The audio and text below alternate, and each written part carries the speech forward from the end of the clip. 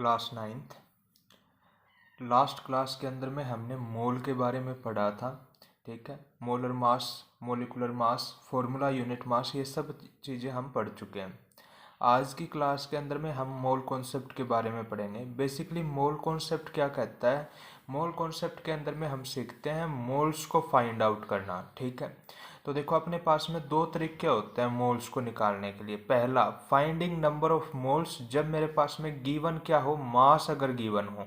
ठीक है, पहली कंडीशन है जब मास अगर गिवन है। गिवन क्या है? मास है।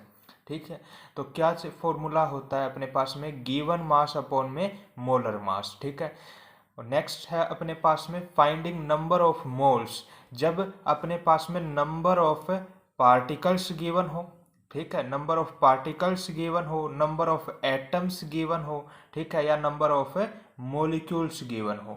इनमें से कुछ भी अगर दे रखा है तो हम मोल्स की वैल्यू कैसे निकालेंगे? That is given number of particles या फिर एटम्स या फिर मोलिक्यूल्स अपॉन में क्या? Avogadro number. ठीक है, इसको हम क्या कहते हैं?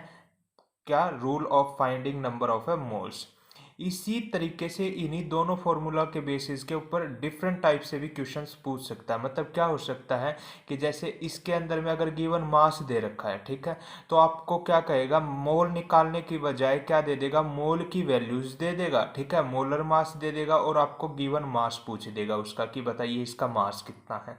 तो आप इस फॉर्मूले से मास भी निकाल सकते हैं, या मोलर मास पूछ देगा वो भी निकाल सकते हैं हम। ठीक है, इसी से रिलेटेड हम एक क्वेश्चन देखते हैं। देखो क्या क्वेश्चन कहता है, calculate the number of moles for the following. पहला, 52 ग्राम ऑफ हीलियम। हीलियम का 52 ग्राम दे रखा है, तो इसके अंदर में मोल्स निकालने हैं। तो पहली कंडीशन, अब देखो इस साइड एक बार पहले, फाइंडिंग नंबर ऑफ मोल्स, अगर मोल्स निकालते हैं तो इसको डिनोट करते हैं हम स्मॉल एन से। ठीक है, याद रखिएगा किससे? नंबर ऑफ मोल्स को किससे डिनोट करेंगे? स्मॉल एन से। अच्छा, गिवन मास को किससे डिनोट करेंगे हम? स्मॉल एम से। अब मोलर मास को किससे डिनोट करेंगे हम? कैपिटल एम से। ठीक है, इसी प्रकार नंबर ऑफ मोल्स तो स्मॉल एन ही रहेगा। ठीक है, गिवन नंबर ऑफ पार्टिकल्स, ठीक है, इसको किससे? कैपिटल एन से। और एवोगैड्रो नंबर हम कल क्लास के अंदर में पढ़ चुके थे, दैट इज एन नोट से।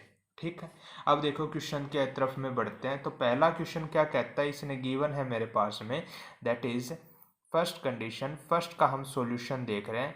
Solution number first, 52 gram of helium के अंदर में मुझे number of moles find out करने हैं। ठीक है, तो अपना फर्स्ट वाला फॉर्मूला लगाएंगे। क्या है अपने पास में? पहले तो मास निकाल लेते हैं, that is atomic mass of, atomic mass of helium atom.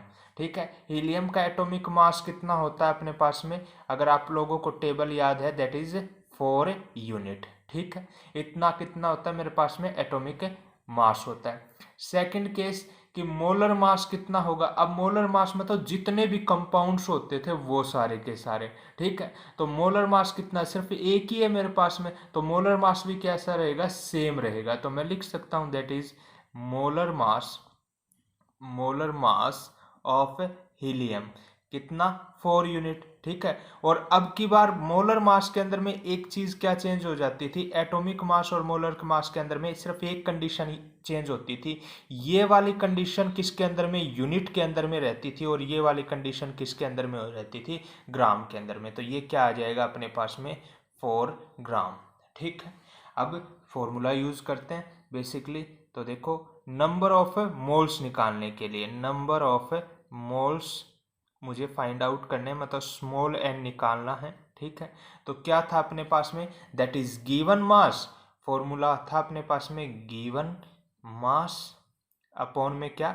Molar mass, molar mass. ठीक है, इस तरीके से हम निकाल सकते हैं। तो गिवन मास कितना है? 52 ग्राम। तो यहाँ पे लिखेंगे 52 ग्राम।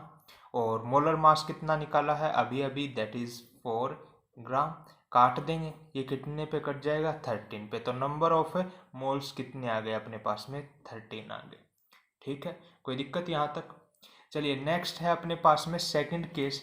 सेकंड केस क्या कहता है?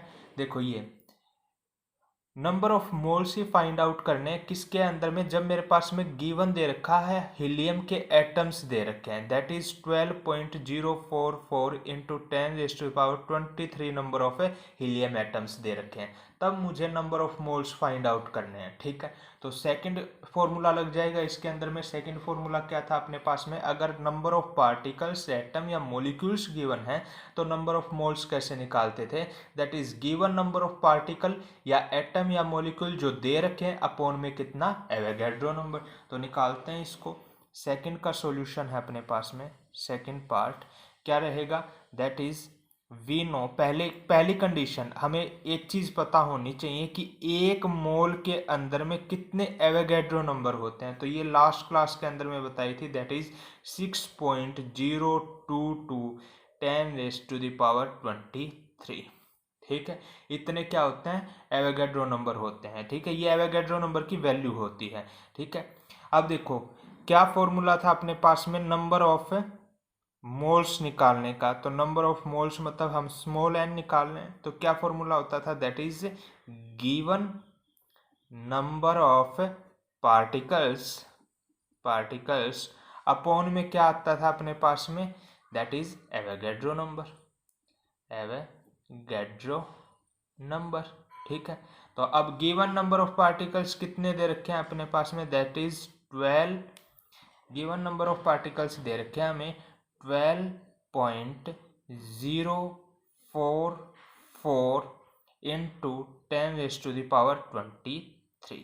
ठीक है, ये given number of particles they रखे हैं, और एवोगैड्रो नंबर की वैल्यू क्या होती है, 6.022 इंटू 10⁻23। तो यहाँ से 23 तो 23 कट जाएगा, और ये कितने पे चला जाएगा, 2 जा पे, तो नंबर ऑफ मोल्स कितने आ गए अपने पास में, 2 आ गए। ठीक है, तो ये इस तरीके से हम हमेशा कभी भी नंबर ऑफ मोल्स निकाल सकते हैं।